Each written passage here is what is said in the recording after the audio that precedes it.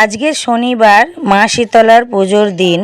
দিদির বাড়িতে এলে এখানে শনিবার করে পুজো দিই। আমার মেয়ের এখানে মানসিক ছিল, মেয়ের মানসিক করে মেয়ে হয়েছে, তো তারপর থেকে দিদির বাড়িতে এলে পুজো দিই। তো দেখো কত লোক, ভিড় শনিবার করে এখানে, মানে ভালো দোকান বসে, পুজো হয় বলে অনেক দূর দূর থেকে পুজো হয়, দূর গ্রাম থেকে সব আসে। এই দেখো, তো এই যে এখানে আগে বলি হতো, তো সেইটা করা আছে, এখন আর হয় না। এই যে আমরাও পুজো দিয়ে দিলাম ঠাকুরকে। এখন পুজো হবে 1টার সময়, শনিবার দুপুর 1টা থেকে পুজো শুরু হয়। এই যে পুজো চালু হয়ে গেছে, অনেকক্ষণ ধরে পুজো হবে, সব তো দেখানো সম্ভব না ভিডিওর মাধ্যমে। তো এইটা খুব জাগ্রত মন্দির, পিতলের মন্দির দেখো পুরোটা। আর এখানকার গ্রামের দিকে সব মন্দিরের মধ্যেই কিন্তু একটা ঠাকুর থাকে না, সব রকম ঠাকুর থাকে।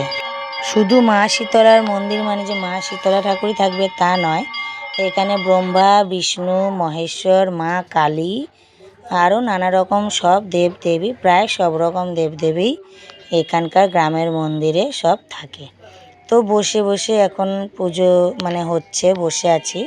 এই যে পুজো হয়ে গেছে, শান্তির জল ছেটানো হচ্ছে, ব্রাহ্মণ এসে সবাইকে শান্তির জল দিচ্ছে মাথায়, তো আমরাও একটু নিয়ে নিলাম। তো এবার যে চামর আছে, চামর দিয়ে সবার মাথায় ছোঁয়াবে।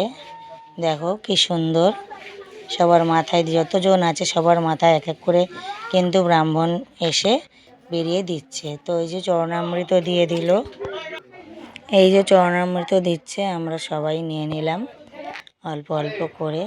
তো হয়ে গেছে। এই যে হরির লুট দেওয়া হয়েছে, দেখো ওটা দেখানো হয়নি, বাতাসাগুলো গুঁড়ো গুঁড়ো পড়ে আছে, হরির লুট দেওয়া হয়েছে, আমরা কুড়িয়ে নিয়ে খেয়েছি। তো একটু ধূপ মোমবাতি দেখিয়ে দিল আমার হাজব্যান্ড। ও খুব এই মা শীতলাকে বিশ্বাস করে। আমার ঘরেও নিজের স্বপ্নে পাওয়া মা শীতলার আছে পিতলের।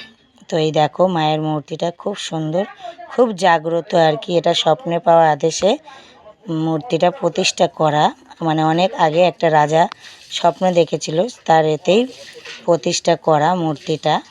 এই দেখো ব্রহ্মা, এটা ব্রহ্মার মূর্তি।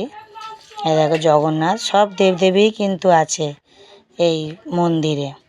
এটা কি জানি না, বলতে পারবো না, বুঝতে পারছি না। তো পুজো দেওয়া হয়ে গেছে, দেখো আমরা এবার চলে যাব, বাড়ির কাছেই মন্দিরটা। তো 2টো নাগাদ আমাদের পুজো শেষ হলো, তো আমরা এবার যাব। কিরম লাগলো তোমরা বলো কিন্তু।